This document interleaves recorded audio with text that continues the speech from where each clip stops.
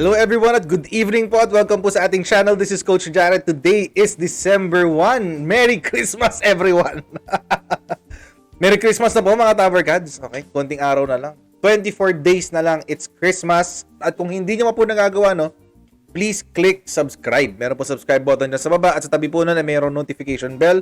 Pa-click din po nun at lagay nyo po all notifications para kapag meron akong bagong upload, meron akong bagong schedule na what do you call this? A live, mano-notify po kayo, masasabihan po kayo. No?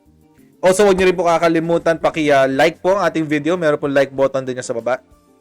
At very, very important po mga Tabercads, no? Paki-share po yung ating video, no? Very important po na paki-share po yung ating video dahil hindi lang po ito, no? Pati po yung mga ina-upload natin.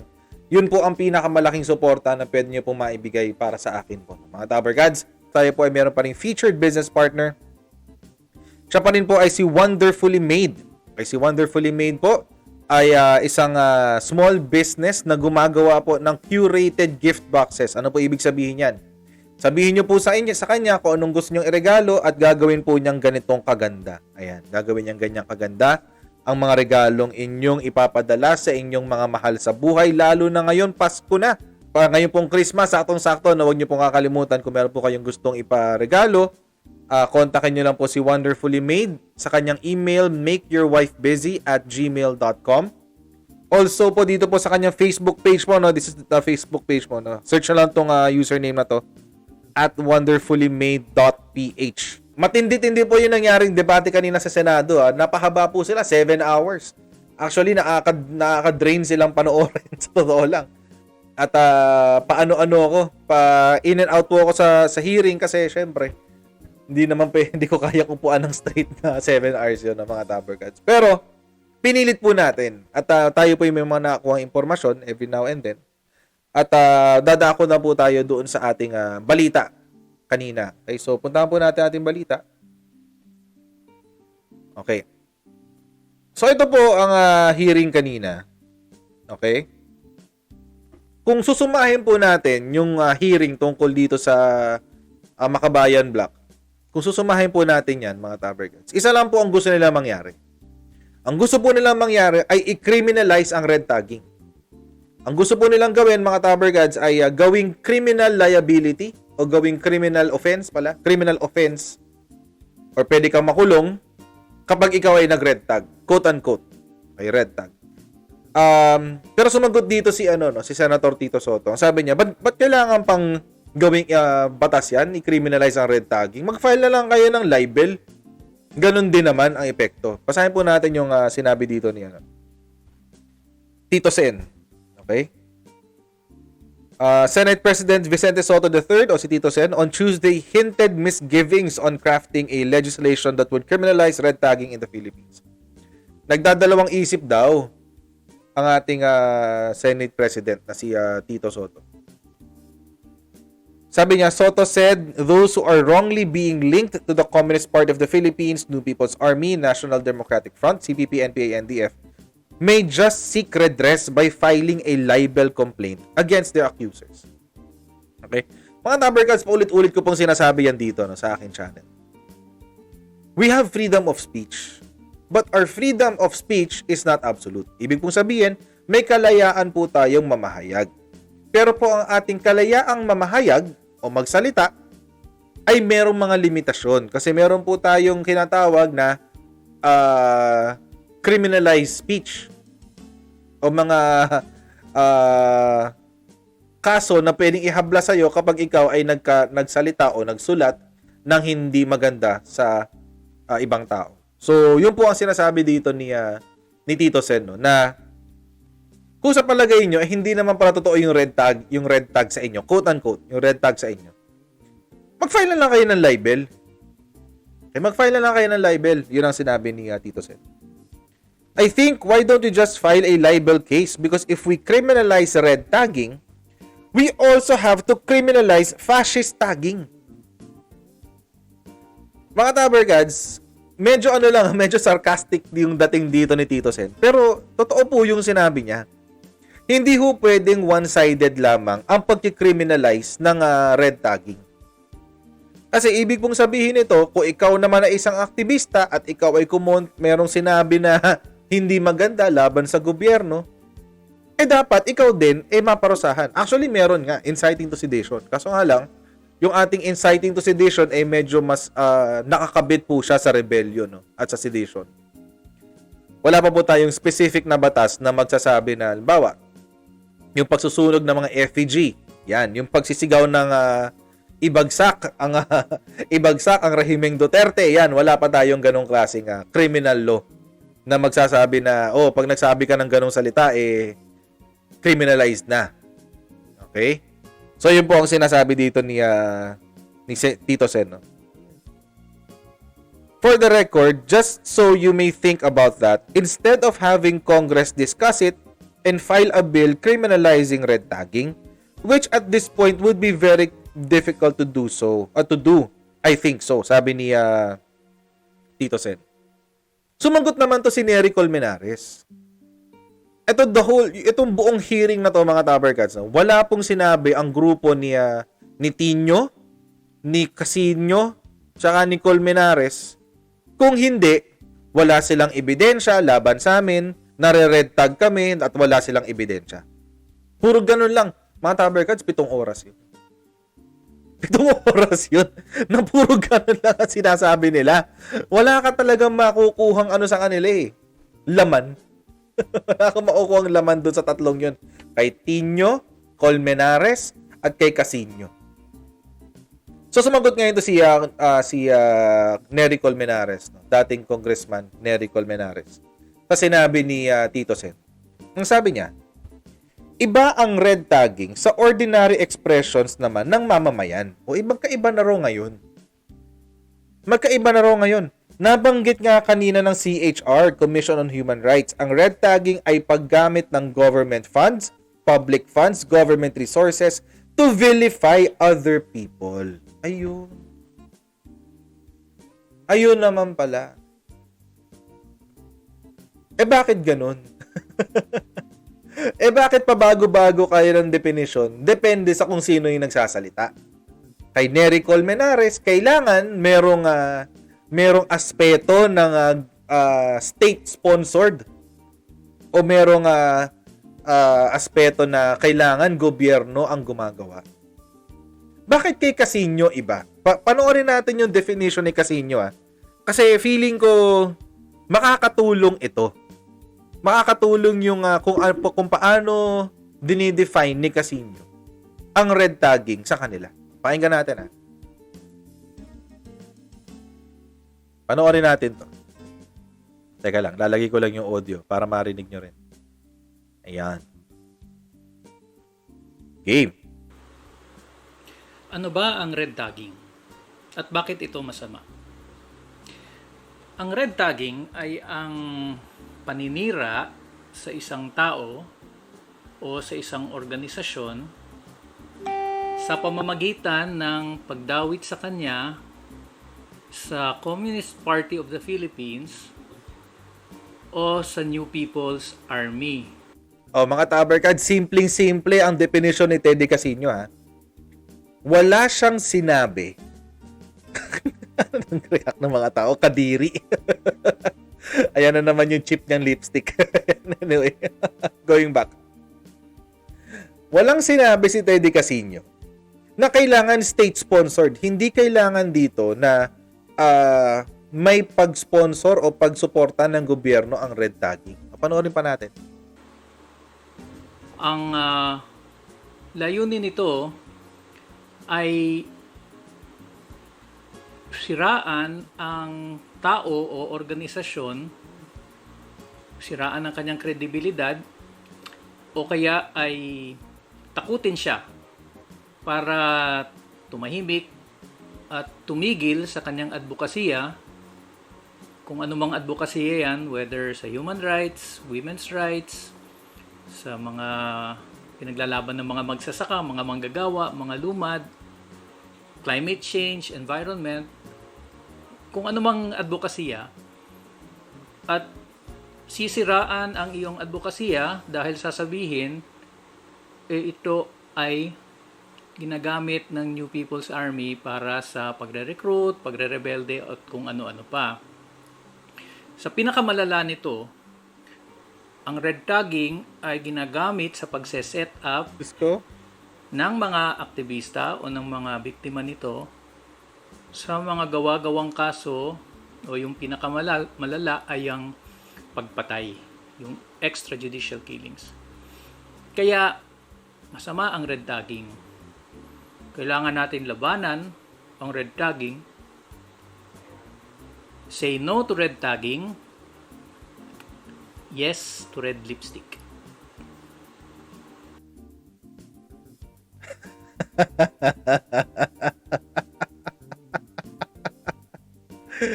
Tutok na tutok ako, Cha. Ay, nako. Ano yung mga Taber Cats? Hindi ako... I'm all for making statements. And dito sa video na to ni Teddy Casino, gusto niyang magkaroon ng shock factor para para mapansin siya. Pero Diyos ko, kadiri daw. Ay, sabi ko na Barbie. Pamura ka talaga, sabi ni Glenn. Sabi ni Cesar, ay Barbie, JR, kadiri. Okay. Gold daw, sabi ni Cesar. Gold. Lady M. Okay. Ayan. Nakalkal ko to sa Twitter, mga Taber Gods. Thank you very much, Cesar, sa contribution. Nakalkal ko to sa Twitter. Okay, matagal ko na nakita to actually. At ni-research ko lang siya ulit. Dahil magkaiba ang definition nila ni Nery Colmenares. Dito, kay Nery Colmenares, biglang meron ng qualifications. Dito sa definition ni Teddy Casino, sinasabi lang niya, mga aktibidad para siraan at patahimikin ang mga aktivista at hindi ituloy ang kanilang mga ipinaglalaban. Ito lang yung definition na ibinigay ni Teddy Casino. Pagdating kay Nery Colmenares, biglang meron ng qualification. Biglang may qualification na kailangan ang red tagging daw ay paggamit ng government funds. Ano ba talaga? Ano, tatalon lang kayo ng definition kung kailan komportable sa inyo? Casino? Colmenares? Hindi pwedeng ganyan.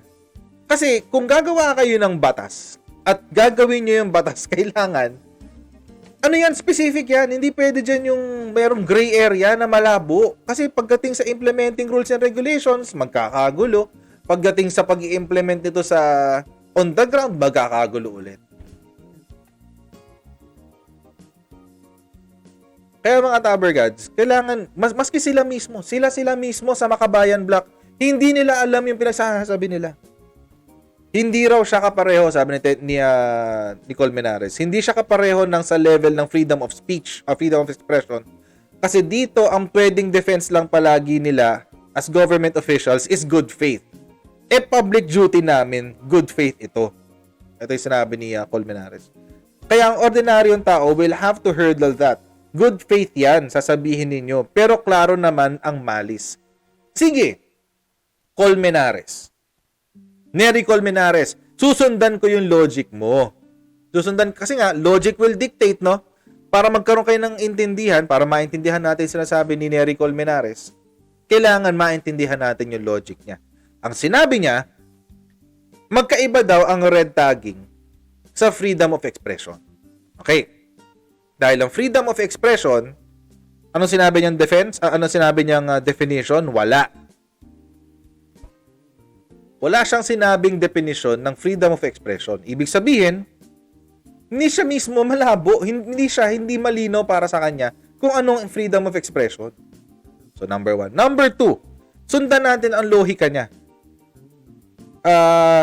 Kailangan daw i-criminalize ang red tagging dahil kung hindi raw to i-criminalize, sasabihin lang daw ng mga government officials, kaya namin sinabi ito dahil we did this in good faith. Ibig sabihin, Ginawa namin ito dahil gusto namin protektahan ng publiko. Good faith. Kahit klaro naman daw na may mali siya. Susundan ko yung lohika ngayon dito ni Colmenares. Kung yan ang sinasabi mo na pwedeng gawing excuses ng mga government officials, ano ngayon ang masasabi mo kay Leni Robredo? Di ba si Leni Robredo criticize ng gobyerno, ng administrasyon? Tapos sasabihin niya, freedom of expression to. Ine-exercise ko lamang ang aking karapatan na mamahayag at i-criticize ang gobyerno. Good faith ito. Wala tong halong mali siya. So, pwede mo bang kontrahin si Leni Robredo at umagree sa sinasabi niya nang hindi binabali ito? Ano? Nery Colmenares. Makokontra mo ba si Leni Robredo? Hindi, kasi magkapartido kayo. O kung hindi man kayo magkapartido, yung dalawang partido nyo, Bayan Muna at Liberal, magkapatid. Hindi nyo gagawin yun. Soto, meanwhile, said government officials are not exempted from being charged with libel. Totoo yan. Tapos mga Tabergads, no, after 3 hearings, the Senate panel adjourned the inquiry on red tagging. So pangatlong hearing na to. At mukhang hindi na magkakaroon ulit. Kasi sabi ng committee chairperson na si Panfilo Lacson, both militant groups and security sector had fairly been given enough chance to air their sides regarding the issue. Okay? Tingnan lang natin kung ano mangyayari dito, no, kung meron talaga magagawang batas tungkol dito. Na tungkol sa red tagging, kung gagawa talaga sila ng batas na i-criminalize ang red tagging. Pero mukhang malabo to. Mukhang malabo to. Mga Tabergads, isa pang nangyari kanina ay yung drama ni Kulyamat. Ito yung drama ni Kulyamat. Ayun. You can't use my slain daughter as evidence to red tag us. Okay. So, nagdrama dun si Kulyamat. Kung nakalimutan nyo na mga Tabergads, no, kahapon or nung Sunday lamang, napatay sa engkwentro. O hindi pa namatay sa engkwentro ang kanyang bunsong anak. Okay, namatay sa isang engkwentro. Hindi pa naililibing ang kawawang bata. Ginamit na ng kanyang ina ang pagkamatay niya para sa propaganda ng Bayan Muna. Hindi pa naililibing ang bata, kawawang bata. Parang ganito rin yung kay Reyna May Nasino eh. Yung pagkakalibing doon sa bata, ginawang big deal.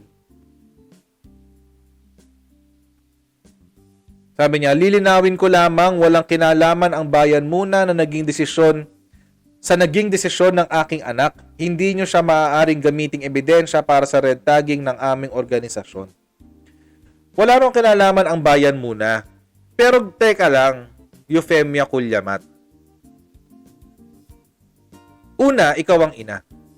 Number 1. Pangalawa, bilang ina ay merong kang napakalaking impluwensya sa iyong anak. Pangatlo, ikaw ay isang representante ng Bayan Muna. Party list. Bilang representante ng Bayan Muna, ito ang nakikita sa iyo ng iyong anak. So, by virtue of your influence, dahil sa impluwensya mo sa iyong anak, nagkaroon na ng indirect, hindi rekta, sige sabihin natin hindi rekta, pero indirect influence itong Bayan Muna sa desisyon ng iyong anak. Also, mga Tabergads, wag nating kakalimutan, itong anak ni Eufemia Kulyamat, nag-aral sa Alcadev, sa mga salugpungan schools. Ito, Thrift, PSS, and Alcadev. Yan. Mga salugpungan schools yan. Ibig sabihin, ito yung mga eskwelahan na ginawa ng CPP, NPA, NDF para sa mga indigenous peoples. Ginawa nila yung mga eskwelahan na yan, mga Tabergads, para impluwensyahan ang mga kabataan na katutubo na lumaban sa gobyerno. So, bata pa lang, mga Tabergads, nabe-brainwash na itong mga ito na sumapi sa rebellion. So, hindi pwedeng sabihin dito ni Euphemia Cullamat na ang kanyang anak ay nagdesisyon ng mag-isa. Hindi kumonsulta sa kanya bilang ina niya? Talaga? Hindi kumonsulta sa kanya? Ganun ka kawalang kwentang ina, Euphemia Cullamat, na hindi ka nakikialam sa desisyon ng mga anak mo? Mahiya ka naman. Personal niyang desisyon ng kanyang sinunod, hindi sa akin, lalo't hindi sa bayan muna. Imposible. Sa salugpungan schools nga lumaki yung bata eh. Sabihin nyo, walang impluwensya ang bayan muna dyan. Ang CPP, NP, NDF, walang impluwensya. Sa salugpungan schools nga lumaki. Gusto nyong kondenahin ang bayan muna? Gusto nyong kondenahin ng bayan muna si Jeveline? Hindi po. Intindihin nyo muna ang hirap na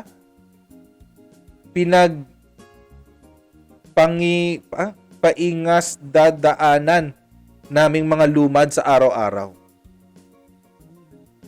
Alamin nyo ang problema ng aming komunidad, itigil nyo ang panggigipit sa amin, igalan nyo ang namatay, ang aking pagluluksa, ang aming pagluluksa.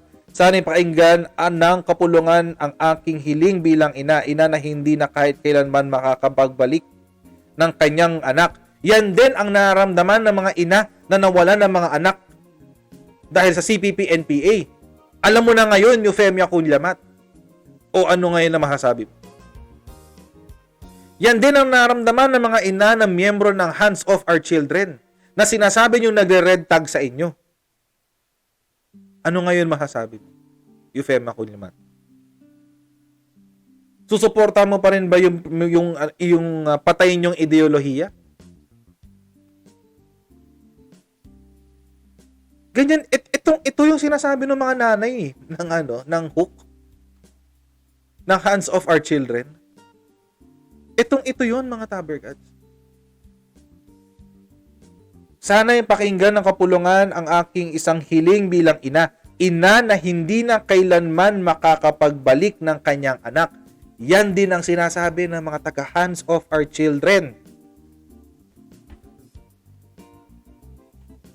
O ano na, Euphemia Cullamat. Pero pinaglalaban mo pa rin dito ang bayan muna. Ibang klase ka. Ibang klase ka. Sinasabi ng militar na namatay daw ang anak sa isang armed encounter ng mga NPA at para patotohanan ng kanilang sinabi, walang awa nilang pinarada ang bangkay ng aking anak kasama ang di umano'y nasamsam na armas at kagamitan ng NPA. Kung gusto niyo po makita yung picture nito, mga Tabergods, no? Ito po yung pinaka-issue talaga nila dyan. Yung picture po na kinalat ng nakumalat ng Philippine Army na pinresenta kasi nila yung mga armas tsaka yung mga bangkay na nahuli. Nagkataon yung isa lang yung bangkay, yung kay yung sa anak na Euphemia Cullamat. Iniwanan kasi siya sa ere ng mga kasama niya. Nagtakbuhan yung mga kasama niya, naiwan yung anak niya. Syempre, enkwentro yun, nagbabarilan.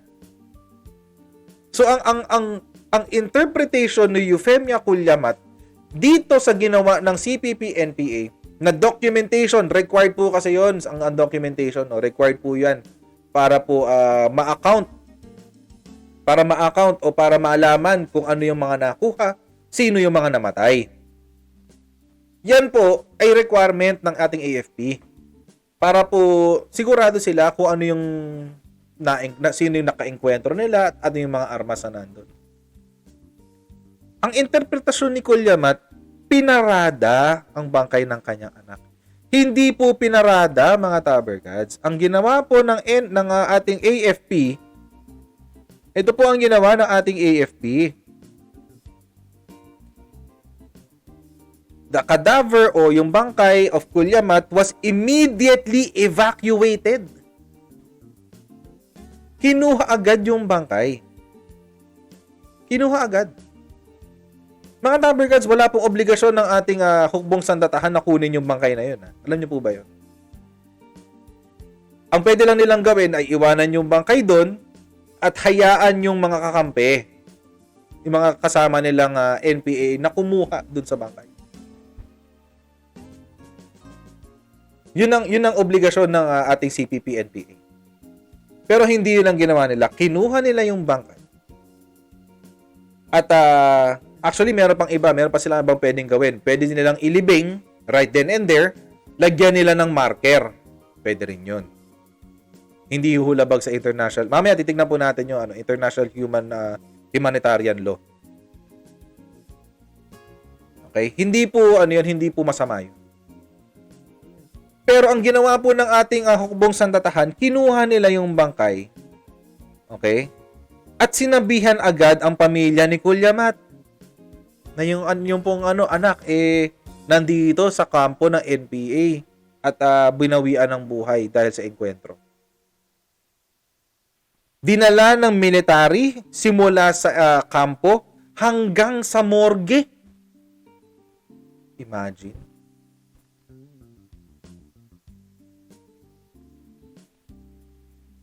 Dinala pa sa morgue para makuha ng pamilya. Oh. Anong pang hihingiin mo, Euphemia Kulyamat? Tinrato ng maayos ang katawan ng iyong anak. Maraming pong salamat sa 1,000 viewers po nandito ngayon. Maraming pong salamat. Paki-share pa rin po yung ating video para marami pong maka-join sa atin. Ito sinabi ng Army, the military provided security and transportation assistance to the Kulyamat family and coordinated with the nearest mortuary for the proper handling of the cadaver. Ito pa yung sinabi ni Kulyamat. Pinas lang siya. Natural enkwentro eh. Saan po kayo nakakita ng enkwentro na walang namamatay? Hindi po siya minurder. Magkaiba po yun. Iba po yung pinagplanuhang patayin sa napas lang dahil nasa gitna ng gera. Pinas lang daw.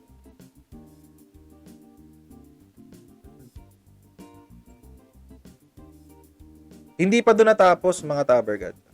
Hindi pa doon natapos. Nagreklamo pa sa CHR itong si Kulyamat. Sumulat siya sa CHR. Yan, doon sa nangyari. Okay? Ito yung sinabi niya, ang ginawang ito ng militar ay tahasang paglabag hindi lang sa aking karapatan bilang ina ng napaslang kong anak, kung hindi paglabag din ito sa mga alituntunin ng, walang T, wrong spelling te. International, baka kasi nasa call center siya. International Humanitarian Law, IHL, na dapat, okay, tuloy natin sa kabila, na dapat igalang ang mga labi ng mga nasawi sa labanan. Dagdag dito, paglabag din ito ng tinaguri ang IHL law natin o ang RA 9851. Mga Tabercats, pinuntahan ko po yung international law na yan. Yung sinasabi ni Kulyamat. Ito po yan. Customary International Humanitarian Law. Okay? Ito po yung rules. Okay? Ano po ang makikita natin dito? Ito po ang makikita natin dito, parang rules of engagement. Okay? Rules of engagement po yan. Nandito po yan lahat. Ano po ba ang pagkakaiba ng civilian at combatant? Civilian objects sa military objectives? Indiscriminate attacks. Okay? So, dinidefine po yan dyan lahat. Proportionality in attack. Gaano ba kalaki ang pag-atake na dapat gawin? Nandito rin po, mga Tabergods, kung paano ang pag-handle ng mga namatay. Nasa chapter 36 po yan. 35. Nabasa ko po kanina. Ayan, the dead. Okay? Chapter 35. Puntahan po natin yan. Hanapin po natin. Para ano? Okay. Mali, chapter 35 na lang. Wait. Chapter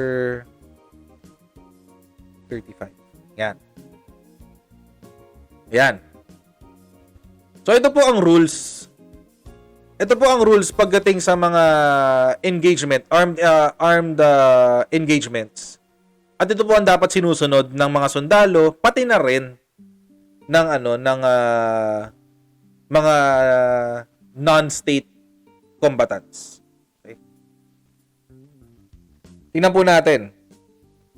Whenever circumstances permit, and particularly after an engagement, each party to the conflict must without delay take all possible measures to search for, collect, and evacuate the dead without adverse distinction. Ano pong ibig sabihin yan, mga Tabercats? Ibig sabihin po yan, pagkatapos po ng engkwentro, kung sino man po ang maiiwan doon sa pinanyarihan ng engkwentro, pagsasama-samahin lahat ng makukuha, lahat ng armas, lahat ng makukuhang ebidensya, pati mga patay. Evacuate the dead without adverse distinction. Ibig sabihin, hindi po sila mamimili kung ito po ay kalaban o kakampi. Basta ho patay, kailangan i-evacuate. Okay? Kunin.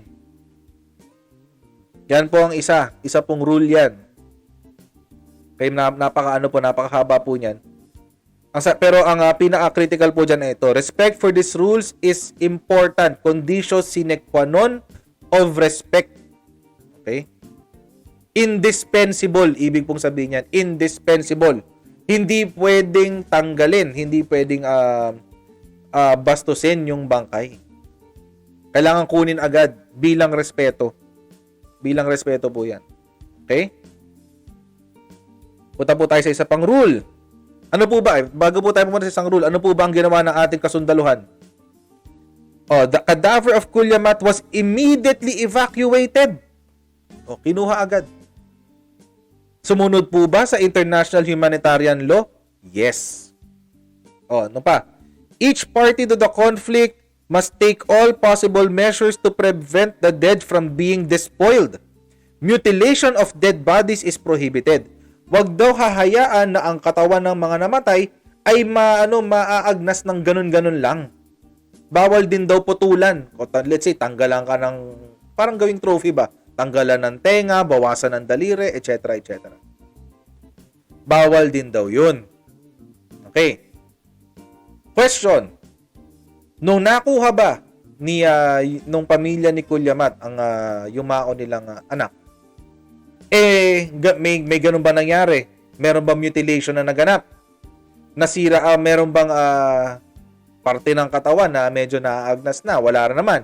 Ang sinabi pa ng ating kasundaluhan, okay, dinala pa nila sa pinakamalapit na mortuary.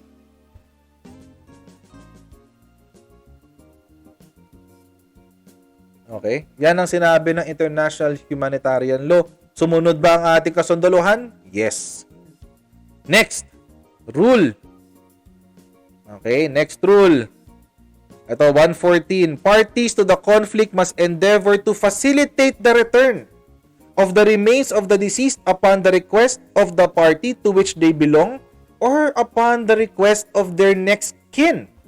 They must return their personal effects to them. Okay. Ito, mga Tabercats. Ang ibig sabihin po ng Rule 114, pagkatapos ng conflict at na-evacuate, nakuha na yung mga katawan ng mga namatay, ang next rule is, ibabalik sila, itong mga katawan na ito, doon sa kabilang partido.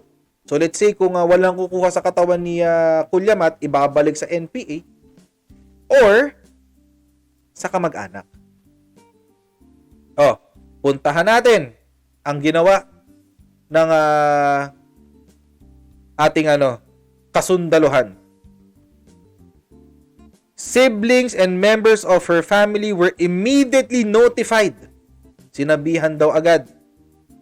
The military provided security, binantayan pa yung pamilya ni Kuliamat papunta ng morgue para makuha yung katawan ng bata.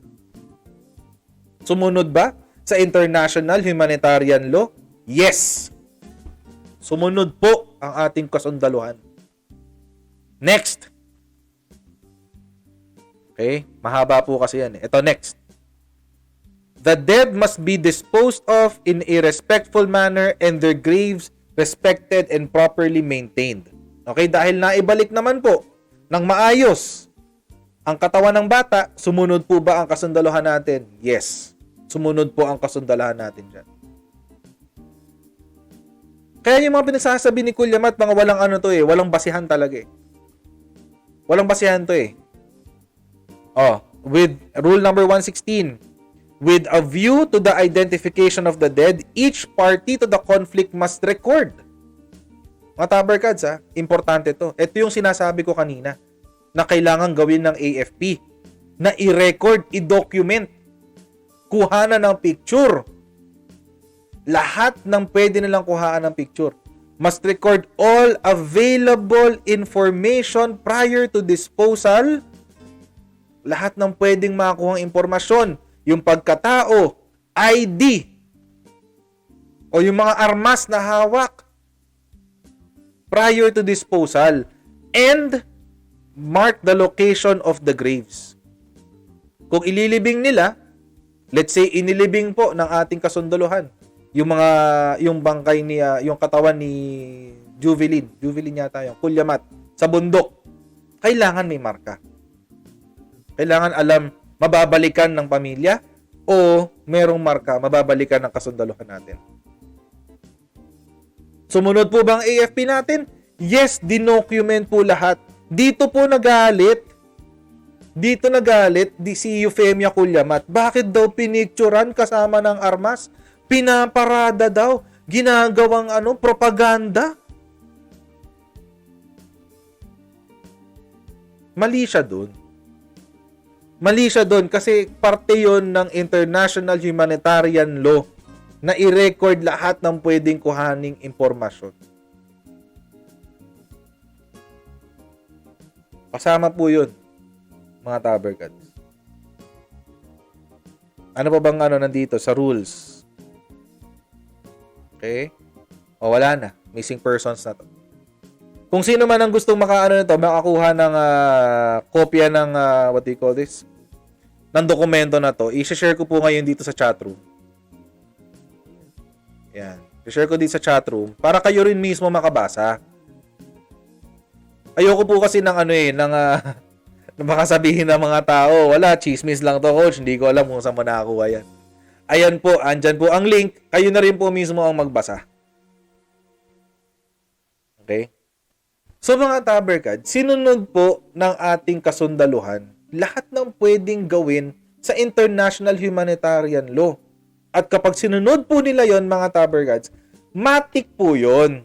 Matik po yun na naging compliant o sumunod na rin sila sa ating version ng international humanitarian law.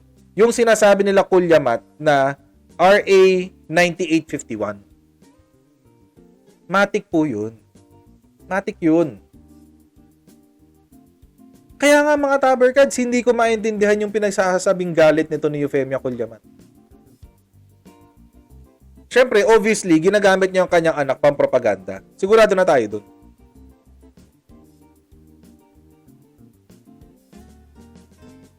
Sigurado na tayo dun. Tapos sinabi pa ni Kulyamat, ito ba yung sinabi niya? Kanina. Tungkol naman sa mga IP. Okay, sana yung sa mga IP? Ito. Sa IP. Alamin ninyo ang problema ng aming komunidad. Itigil nyo ang panggigipit sa amin. Igalang nyo ang namatay, ang aking pagluluksa, ang aming pagluluksa. Sana pakinggan nyo ang kapulungan na ito. Ang aking hiling, okay? So, yung nabasa natin kanina. Yung problema daw ng kanilang komunidad na mga manobo. Okay? Iyon po kasi ang sinasabi ni Euphemia Kulyamat. No? Siya raw ay ang representante ng bayan muna para sa mga manobo. Kung ganun ang kwento, mga tabarkads, paano mo papaliwanag to?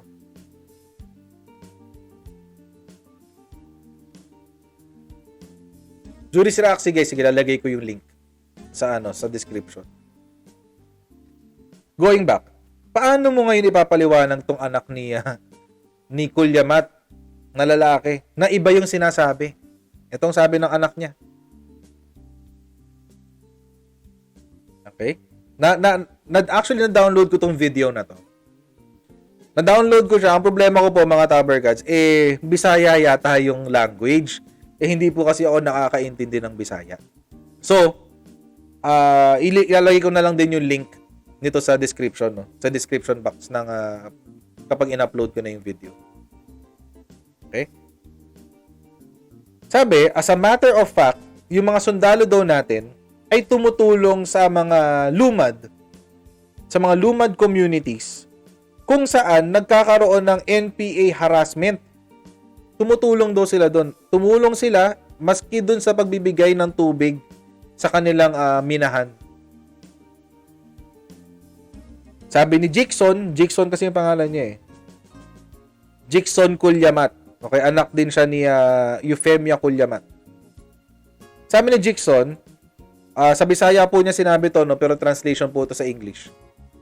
For our part, for those who live here, we are thankful. Nagpapasalamat pa raw ang mga lumad. Manobong lumad. For the presence of the soldiers who have been helping us with our needs. Most especially in providing us roads, electricity, and addressing other issues we have at the moment here in the community.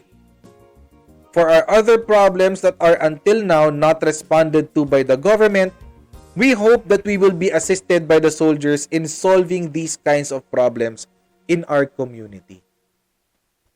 So, Euphemia Culyamat, yung sinasabi mo na pagpapahirap ng mga armadong sundalo sa inyong mga manombo, pinapabulaanan mismo ng iyong anak na si Jixon Culyamat. Kaya hindi mo rin masisisi mga Tabercats kung bakit si Presidente Duterte. Ito ang description kay Joma Sison at kay Carlos Zarate. Kahapon lang to, kagabi lang, pagkatapos dun sa kanyang usual na speech. Yung weekly speech niya, Yun ang description niya kay Joma at kay Carlos Zarate. Okay? Yan ang description niya. Hindi ko na lang sabihin, pero nababasa niya naman. At dinare pa sila ng ngayon, dinare pa sila ng Malacanang na i-renounce niya na yung armed struggle. I-renounce niya na yan. Sabi ni tawag nila Karambola, Harry the Caller. Si Harry Roque. Sabi niya, first and foremost, let's be honest. Tigil na yan na nagsisinungaling pa sila na red tagging. Red naman talaga sila, sabi ni Presidente. Totoo naman po yun. It may not be a crime, sabi niya tungkol sa communism. It may not be a crime, but they have consistently been lying. Puro sinungaling daw sila at lagi daw sila nagsisinungaling. Kasi ang sinasabi nila, yung mga legal fronts nila have nothing to do with the CPP. Ako naman, hello, since the time of Cory, na-decriminalize na nga yung pagiging member ng CPP. Ibig sabihin, hindi ka na makukulong kapag miyembro ka ng CPP, NPA. Kasi dahil nga, nung panahon ni Cory, meron siyang executive order na nag-decriminalize doon. Nung 1992 naman, ni-repeal na yung anti-subversion law. So, ang sabi niya, come out and admit it. Oo, member kami ng Communist Party of the Philippines. But the crime is the New People's Army because that is the crime of rebellion. Taking up arms against the government, killing civilians and soldiers. Ang krimen daw ay nasa NPA. Pero, kung ikaw ay member ng CPP, pwede ka maging legal, but you have to renounce the use of arms. Kailangan, hindi ka gumamit ng armas. Mag-out ka na lang. Sabihin mo na lang, miyembro ka ng CPP. Bakit hindi pa nila i-renounce yung use of arms? Yun lang po ang hinihingi. Maliit na bagay, di ba? Hindi nila kayang gawin kasi yari sila kay Joma Sison. Yari sila kay Joma Sison pag ginawa nila yan. Habang hindi nila nire-renounce at habang sila po ay nakikibahagi pa dito sa paggamit ng dahas at sandata laban sa Republika, kriminal po yan. Yun po ang ibig iparating ng ating Malacanang sa makakaliwang grupo, no? Hindi ko alam kung out na si Teddy. Shirley Imbian, hindi ko alam kung na-out na si Teddy. Pero mga Tabercats, no, malino naman po, base po sa ating pagbabasa ng International Humanitarian Law, na wala pong basehan yung sinabi ni Euphemia Culyamat. Malinaw din po sa hearing kanina, mga Tabercats, na wala rin pong dahilan para i-criminalize itong sinasabi lang red tagging. Dahil invento lang naman talaga nila yung red tagging na yan. Okay? Konsepto po yan sa communist circles na hindi naman talaga, Diyos ko, hindi naman talaga natin sinusundan. Pero mga Tabergats, ang pinakamasaklap talaga dito, na kahapon ko pa sinasabi. Paulit-ulit ko pong sinasabi, kahapon pa po. Ang pinakamasaklap po dito ay at ang pinakamalaking kasalanan na ginagawa ng CPP, NPA, NDF ay ang pag-recruit ng mga kabataan. Yun po talaga mga Tabergats. Pag-recruit ng mga kabataan, dapat talaga hindi nila ginagawa yan. Dapat talaga. Diyos ko, 22 years old lang yung anak ni Kulyamat nung namatay. 22 years old. Sasabihin niya, hindi niya inumpluwensyahan. Diyos ko, huwag na kaming bulahin. Alam namin yung karakas nyo. Alam namin ang karakas nyo. Diyos ko. So mga Tabergads, lalo na yung mga nasa yung mga nasa abroad bantayan po natin yung mga sinasamahan na grupo ng mga anak natin. Kasi baka mamaya, hindi natin alam. Magulat na lang tayo, nasa dyaryo na sila o nasa enkwentro na. Bantayan po natin mga Tabergads. Makiano po tayo, makibalita tayo sa kanila sa mga nangyayari sa buhay nila. Diyos ko. Yun talaga yung pinakamalaking ginawa nilang kasalanan dito. Idagdag mo na yung rebellion, idagdag mo na yung iba, pero yung pinakamalaki talaga, para sa akin lang naman, is yung pagre-recruit sa mga bata. Okay, so mga Tabergads, maraming pong salamat for watching us tonight. Okay, so tomorrow po ulit, okay, 11 p.m. Huwag niyo po kakalimutan mag-like, share, subscribe po dito po sa aking channel. Paki-share na rin po yung ating po mga replay po. Paki-share po yung ating mga replay. Yun po ang pinakamalaking tulong na pwede niyo po ibigay sa akin. So mga Tabergads, good morning po. Good morning, good afternoon, good night sa ating po mga OFWs. God bless your work today. Sa mga nasa Pilipinas po, good night and God bless your rest. Hashtag YellowFeet2022 at hashtag My Sentido Comon. See you all tomorrow at 11 p.m. Okay? On our next YouTube Live. Bye everyone. See you tomorrow.